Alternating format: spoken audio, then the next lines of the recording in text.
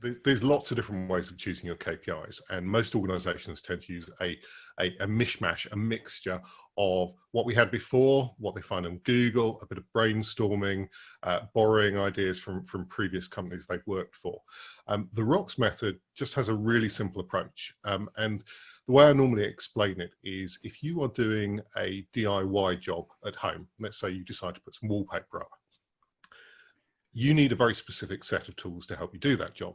So in that situation, a paste brush, a paste tray, a table, and perhaps a Stanley knife, a sharp knife, would be the right tools for the job.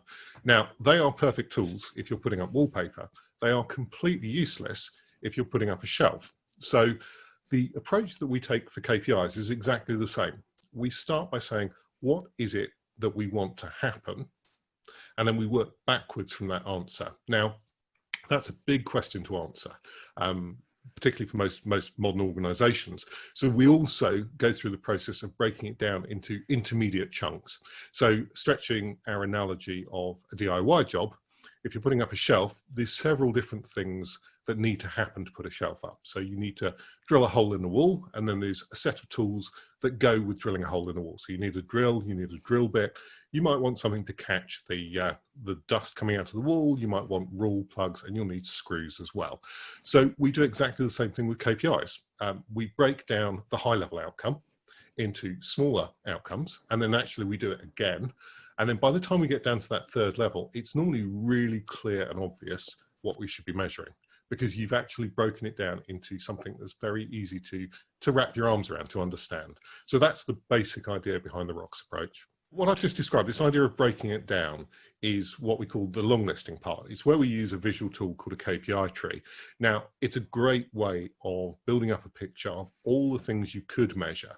But anyone who's been involved in KPI production knows that there's actually lots of work involved in gathering and assimilating and reporting information. So we actually want to report as little as possible.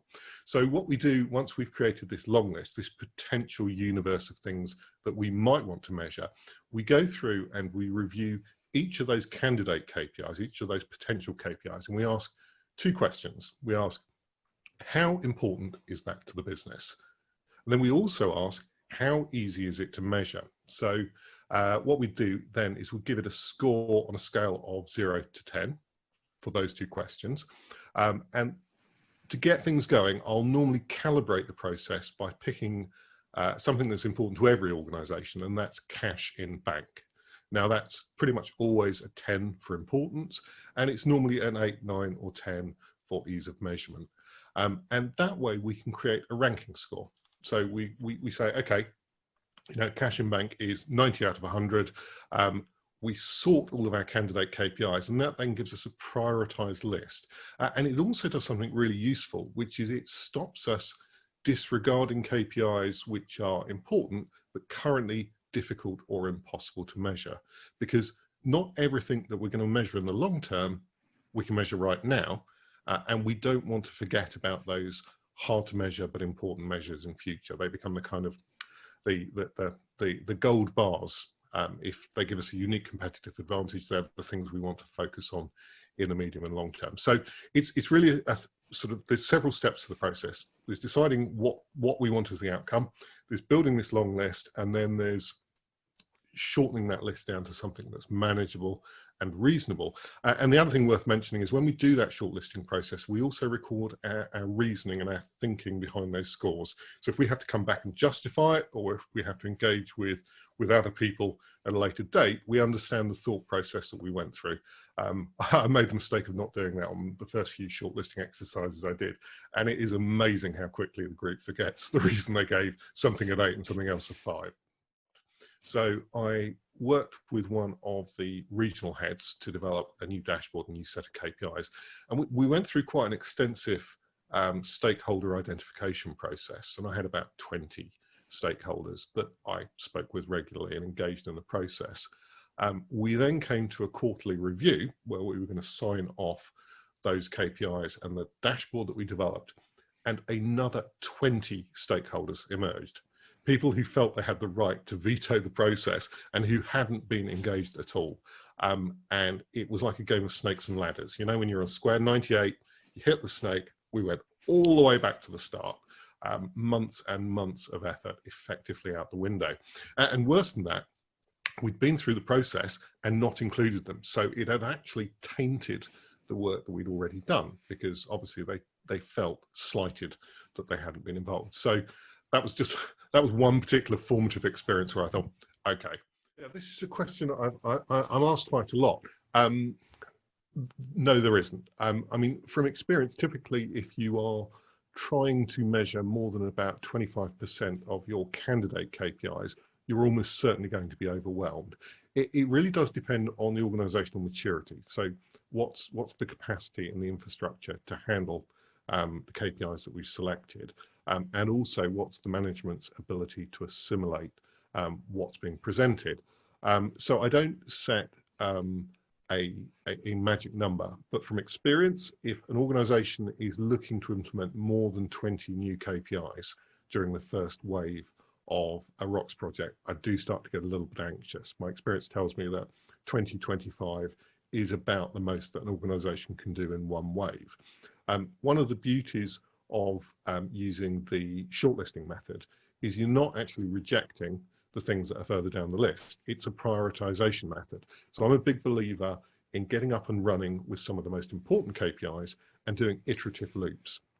So start running with the most important KPIs, then revise and review and think about which additional KPIs you want to bring online, rather than trying to do everything in one big bang. Now, that doesn't always fit with project schedules. I know sort of classic consulting projects are waterfall, and it's often hard to go back and revisit. But my preference is to keep the list shorter, or certainly the implementation list, and to park any additional KPIs. So I was having a conversation with my wife this morning about how much stuff we've got in our house. So I've got a 16-year-old son and a 13-year-old daughter. We've got a decent sized house, but it's starting to fill up. Now, we're getting to the point where we're going to have a purge.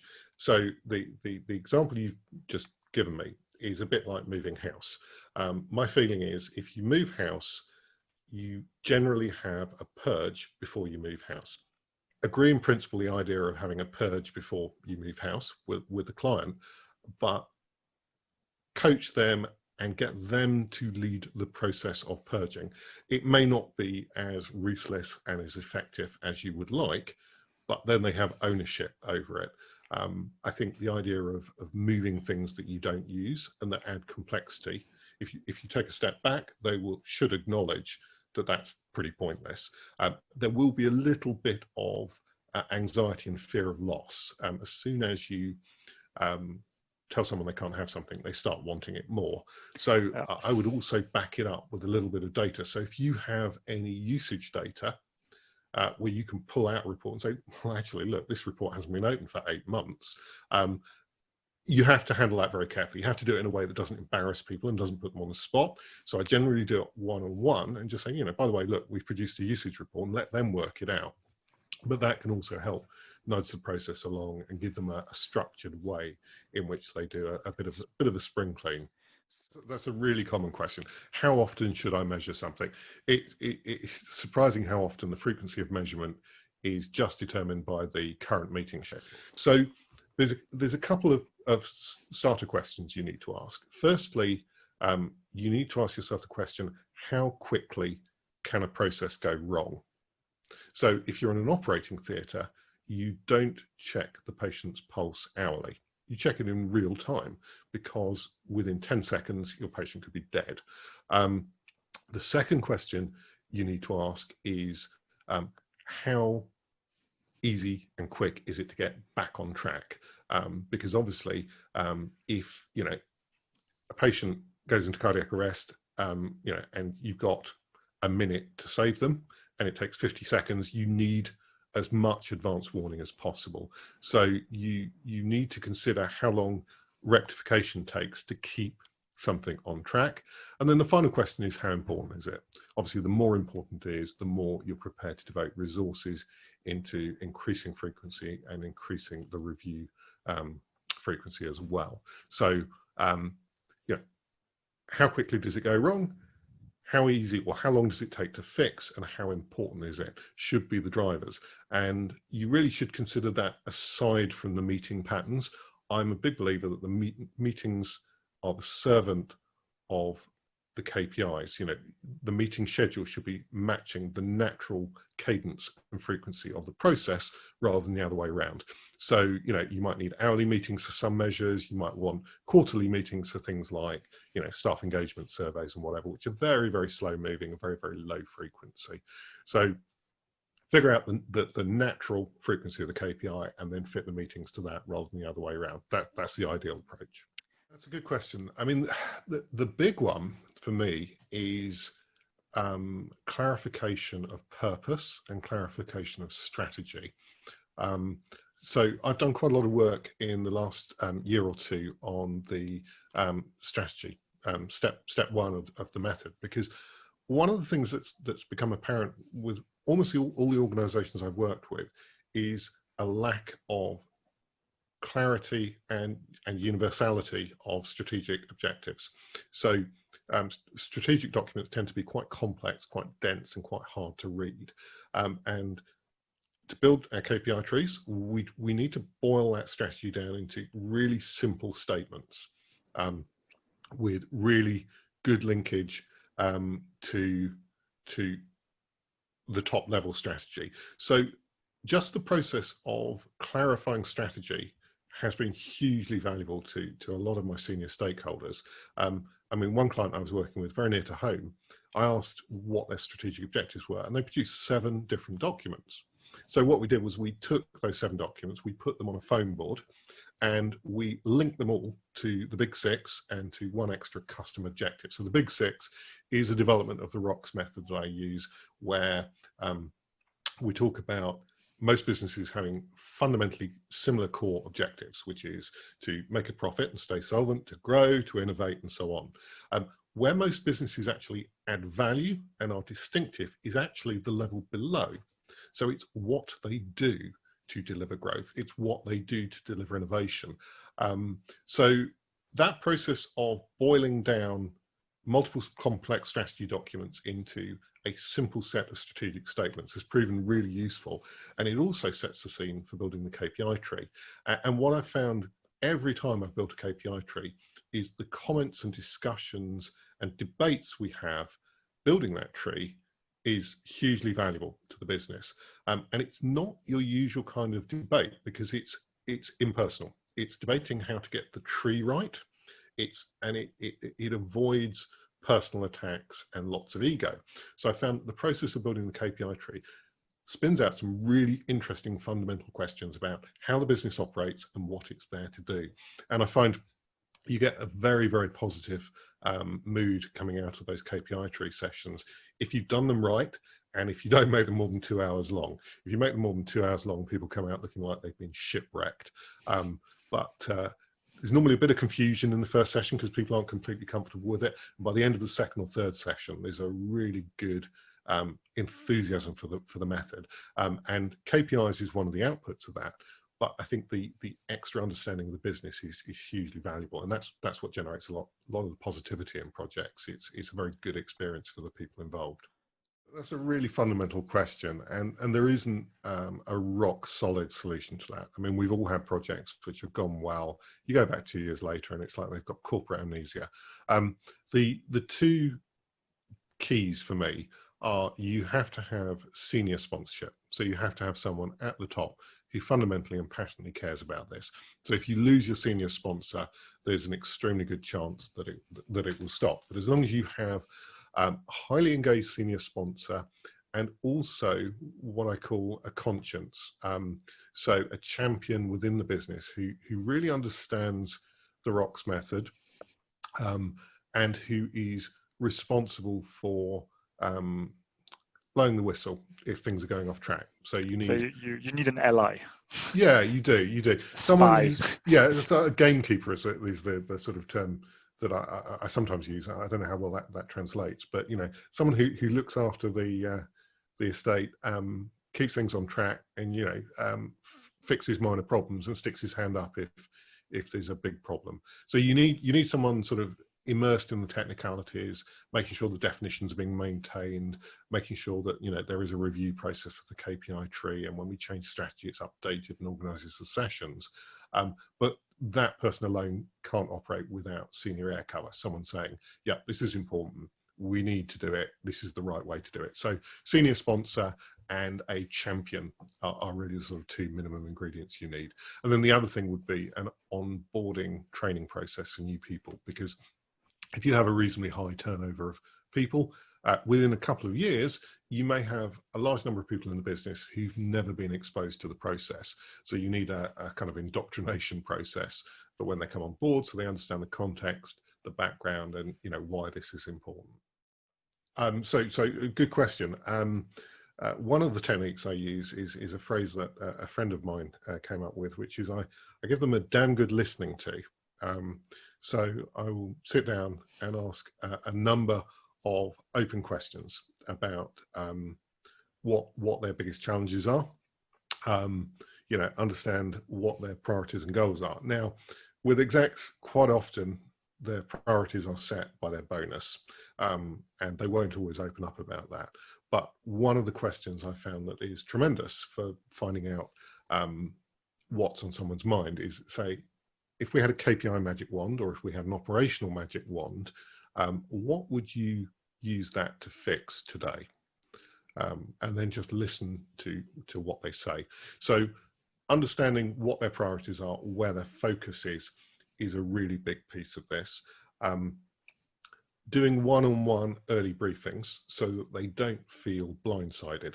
I think one of the quickest ways to get an exec off board is to leave them short on information and then throw them into a session in front of their subordinates. They will feel extremely exposed and uncomfortable if you do that. So being able to summarize what you're doing within 5 or 10 minutes is a really useful skill, and doing it in pretty straightforward terms so that we don't overcomplicate it. Yeah, so the other thing that I found works quite well is if you need a decision to be made, you want to simplify the decision as much as possible, but you don't want them to feel like it's a fait accompli. So I will typically, you know, if we have to have senior exec input on things like dashboard design or KPI selection, I will leave some ambiguity in there, but I'll make it a 2 or typically 3 choice decision. So for example, when we're doing dashboards, we'll have a preferred dashboard, but we'll also have 2 variants in there as well. And that process of actually having an option really seems to increase engagement. And I will typically do that with any kind of decision-making engagement with them.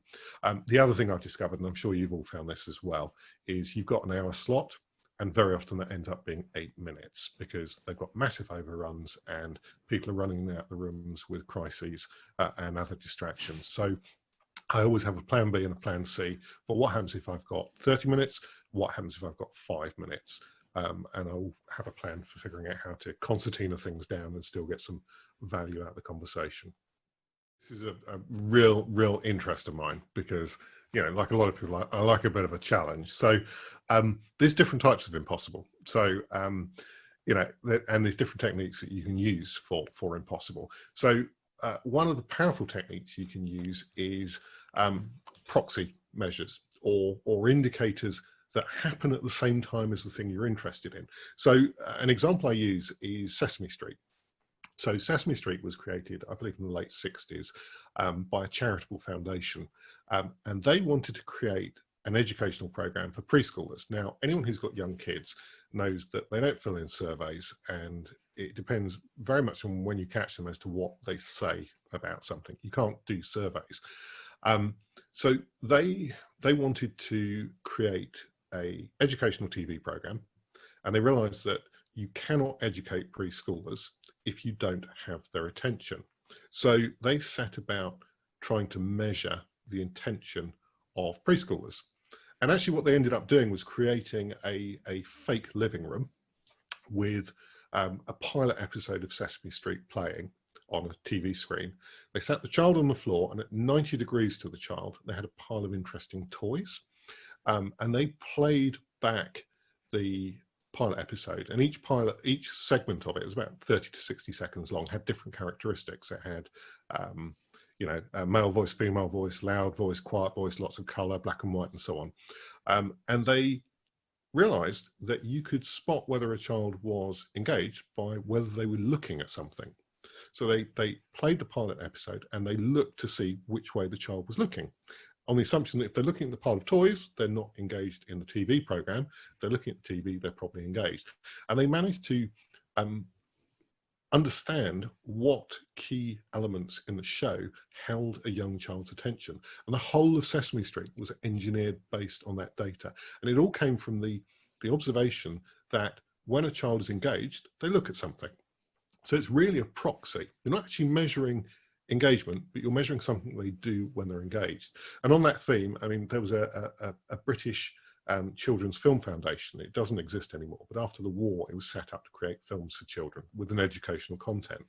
And if they wanted to know how good their films were, they counted how many children went to the toilet during the first half of the film. They knew that engaging films, children would sit and hold on, and if the film wasn't interesting, they'd go to the toilet. So proxy measures can be incredibly powerful.